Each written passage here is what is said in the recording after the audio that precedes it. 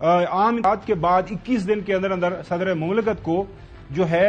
National assembly کا session بلانا ہے۔ آرٹیکل 91 سب کلاس 2 کے تحت یہ آپ کو سامنے رکھ دیتے ہیں۔ قومی اسمبلی کا اجلاس عام انتخابات کے 21ویں روز منعقد ہوگا، تاہم صدر مملکت اس سے پہلے بھی یہ اجلاس طلب کر سکتے ہیں۔ اجلاس طلب نہیں کیا گیا۔ ظاہر ہے صدر مملکت کی طرف سے ذرائع سے ہمیں خبریں آئیں کہ وہ یہ جو سمری ایڈوائز کی گئی ان کو اجلاس بلانے کے حوالے سے نگراں حکومت کی طرف سے، پارلیمانی ڈویژن کی طرف سے، انہیں کہا جی یہ نامکمل ہے۔ ظاہر ہے وہ ریزرو سیٹوں کا معاملہ ہے، ابھی وہ حل طلب ہے، اس کے اوپر الیکشن کمیشن کی طرف سے کوئی واضح حکم نہیں آیا، تو جب تک ہاؤس کمپلیٹ نہیں ہوگا میں یہ اجلاس نہیں بلا سکتا۔ ڈپٹی بیورو چیف صاحب اظہر فاروق ملک صاحب ہمارے ساتھ موجود ہیں، ان سے جانتے ہیں کیونکہ خبریں آئی ہیں کہ جو ہے محترم اسپیکر جو موجودہ ہیں، ظاہر ہے جو سابقہ اسپیکر ہیں، وہ جب تک نئے آنے والے جو ممبران ہیں ان سے حلف نہیں اٹھاتے وہ اپنا یہ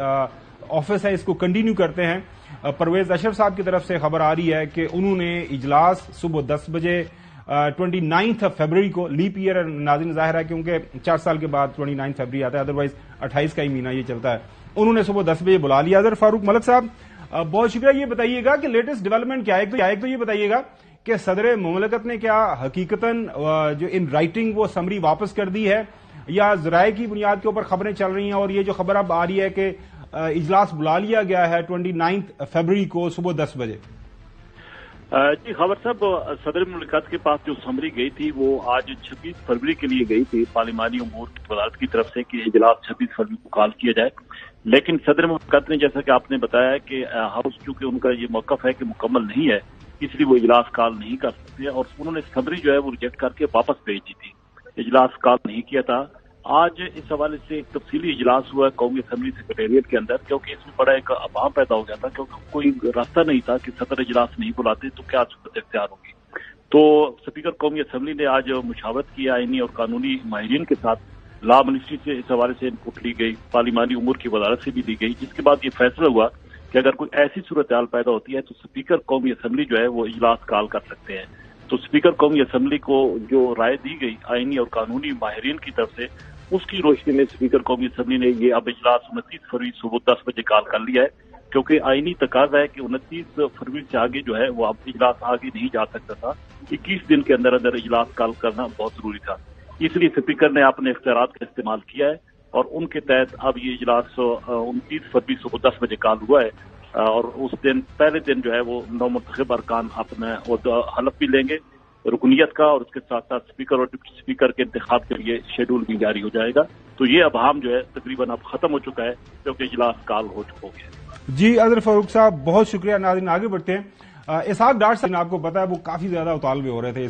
اس مدعے کو لے کے، ویسے تو 2 دن باقی ہے، رادر 3 دن باقی ہیں، آج 26 فروری ہے، 3 دن انتظار کر لیا جاتا۔ ظاہر ہے ایک آئینی اور قانونی معاملہ ہے، اس کے اوپر کوئی نہ کوئی حل نکلنا ہی تھا اور یہ ذمہ داری تھی نگراں حکومت کی اس حل نکالنے کی، لیکن اسحاق ڈار صاحب کیا فرما رہے تھے آپ کے سامنے رکھتے ہیں۔ جس دن الیکشن ہوگا اس کے 21ویں دن جو بھی ٹرانزٹ اسپیکر ہوں گے تو وہ 21ویں دن اسپیکر آٹومیٹکلی اجلاس بلاتا ہے، جو کہ 29 بنے گی۔ نیشنل اسمبلی اگر صدر نہیں بلاتے، کسی صوبے کا گورنر نہیں بلاتا، اس کا یہی ہوگا کہ 29 کو آٹومیٹکلی اجلاس ہوگا۔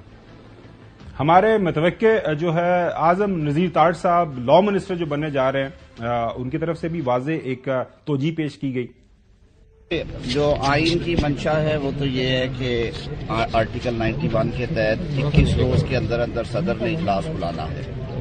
اور وزیر اعظم کیونکہ موجود ہیں ملک کے، چاہے وہ نگران ہے یا ان کا اختیار ہے کہ وہ سمری بھیجیں، انہوں نے ایڈوائس بھیجی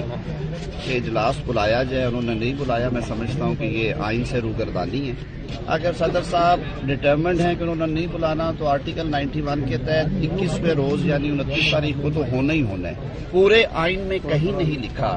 کہ ریزرو سیٹس جو ہے اگر ان پہ کچھ پرسنٹیج جو ہے وہ نوٹیفائی نہیں ہوتی تو اسمبلی نامکمل ہے۔ نامکمل اسمبلی کا کوئی کانسیپٹ نہ آئین میں ہے نہ اسمبلی کے رولز آف پروسیجر میں ہے۔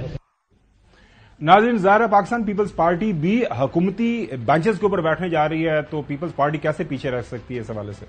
صدر عارف علوی نے اپنے آئینی فرائض سے دستبردار ہوتے ہوئے پھر